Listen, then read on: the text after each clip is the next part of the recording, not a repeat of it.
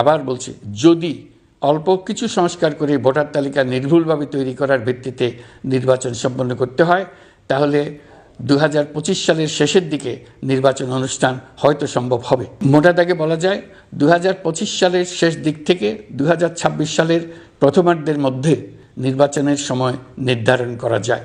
যেহেতু জাতীয় ঐকমত্য প্রতিষ্ঠা করা অন্তর্বর্তীকালীন সরকারের অতি গুরুত্বপূর্ণ দায়িত্ব, তা বিবেচনা করে আমি এই কমিশনের চেয়ারম্যানের দায়িত্ব পালন করব। আমার সাথে এই কমিশনের সহসভাপতির দায়িত্ব পালন করবেন অধ্যাপক আলী রিয়াজ। কমিশন প্রয়োজন মনে করলে নতুন সদস্য কোঅপ্ট করতে পারবে। প্রথম 6টি কমিশনের চূড়ান্ত প্রতিবেদন পাওয়ার পর আগামী মাসেই জাতীয় ঐকমত্য গঠন কমিশন তার কাজ শুরু করতে পারবে বলে আমি আশা করছি।